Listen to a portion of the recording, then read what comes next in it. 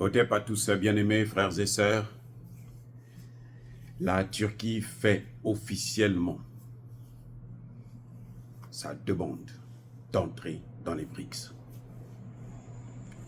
Je vous avais parlé de ça déjà il y a quelques semaines. Bon, là, c'était en projet, mais maintenant, ils ont officiellement déposé la demande. Ils veulent maintenant faire partie des BRICS.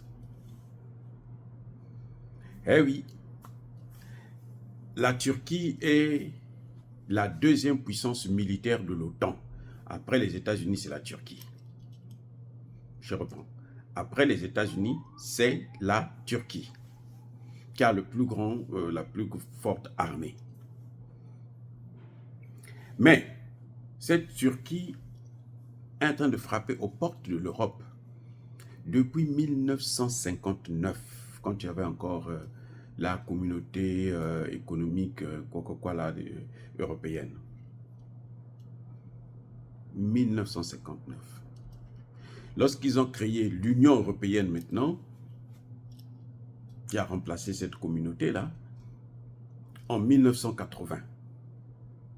Donc maintenant, ça fait 44 ans que la Turquie est en train de demander, frapper à la porte. Laissez-moi rentrer dans votre club de bandits, de brigands. Les Européens refusent. Motif, la Turquie est un pays arabe, c'est un pays musulman. Les chrétiens n'aiment pas les musulmans. En tout cas, apparemment.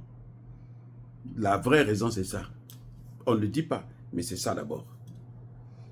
Parce que tous les pays là sont des pays chrétiens qui sont déjà abandonnés. Ils n'ont même plus la vocation, ils ne savent même plus ce que c'est qu'être chrétien. Avec tous les changements, la culture, les machins, ce qu'ils viennent imposer même en Afrique et tout. Donc la Turquie a beau supplier. C'est comme le Maroc, non?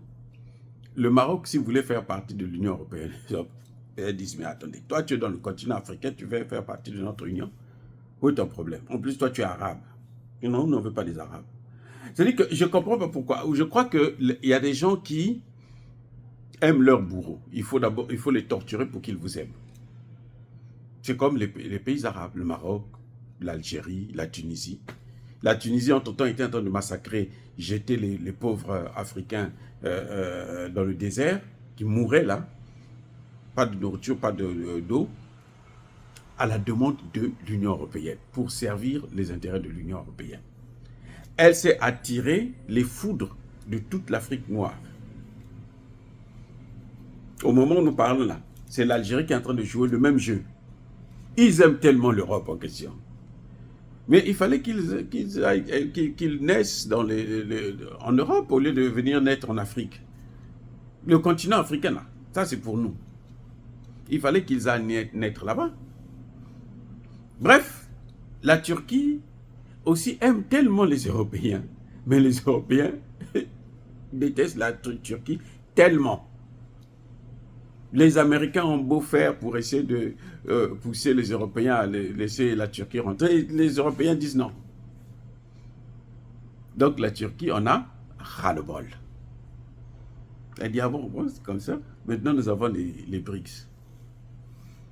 Le premier pays membre de l'OTAN qui frappe à la porte des BRICS, c'est la Turquie. Les Européens sont dans tous les États en ce net moment. Mais comment faire? Est-ce que vous pouvez dissuader la Turquie? Non, c'est pas possible. C'est le même jeu qu'ils ont fait avec l'Ukraine. Et toi, tu es là seulement pour nous aider à affaiblir la Russie.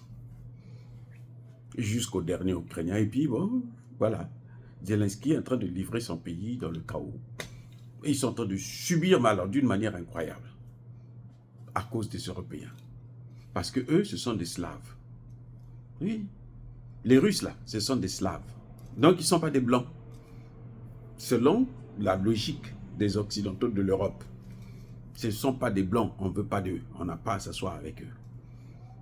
On peut prendre ce qu'ils ont de bon, comme là, avec nous les Noirs. On peut prendre leur matière première, là.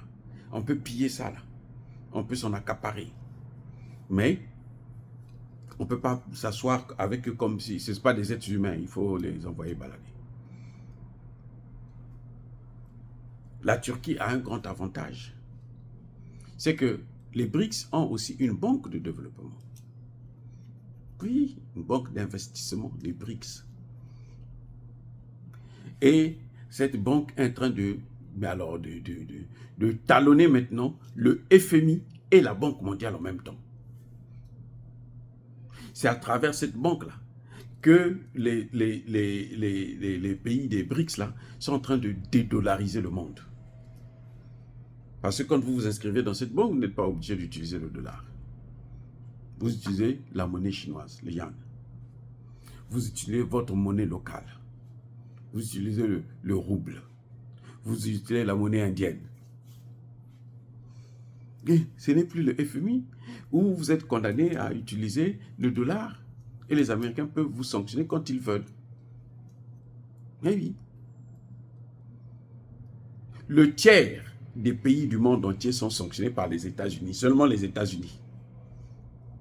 Le tiers. Donc, c'est près de, sur 193 États, c'est près de 60 et quelques pays, environ 65 pays par là, qui sont sanctionnés par les États-Unis à cause de l'utilisation du dollar. La Chine et la Russie sont en train de détruire ça. Ils sont en train d'annuler toutes ces sanctions en donnant à ces pays la possibilité d'acheter et de vendre dans une autre monnaie, notamment la monnaie chinoise. Et c'est comme ça que maintenant, là, les sanctions contre l'Iran n'ont plus de... Oh, les gars, ils sont bons. Et les Chinois sont cyniques. Les sanctions contre l'Iran, ça ne marche plus. Parce que pour contrôler les sanctions, on passe par la monnaie, par le dollar, là. Et quiconque échange avec l'Iran, il est obligé d'utiliser le dollar et les Américains sont au courant, les Américains frappent. On vous fait payer des amendes lourdes au point où les entreprises tombent en cascade à cause de ça. Maintenant, ça change. La Turquie envoie des cargos d'armes en Iran et tout, on s'en fout sur l'embargo contre l'Iran. On s'en fout de l'embargo contre la Corée du Nord. Voilà, bien-aimés frères et sœurs, la Turquie a officiellement posé sa demande. Elle devrait participer à la réunion qui devrait avoir lieu dans 2 mois en Russie. Dire cela, c'est inciter à la haine. Non, il y a Bakolerve, il y a Malembe. Encore une fois de plus, bien-aimés frères et sœurs, je persiste et je signe. Soyez bénis, soyez abondamment bénis par le Dieu des Kémites et par nos ancêtres évangélisés. Mais que tous ceux qui persécutent le continent africain, le pillent et le déstabilisent, qu'ils soient noirs, blancs, chinois, arabes, juifs, indiens, qui qu'ils soient punis, maudits, foudroyés, neutralisés, écrasés, effacés par le Dieu des Kémites et par nos ancêtres évangélisés. Vive l'Afrique éternelle, j'ai dit et j'assume.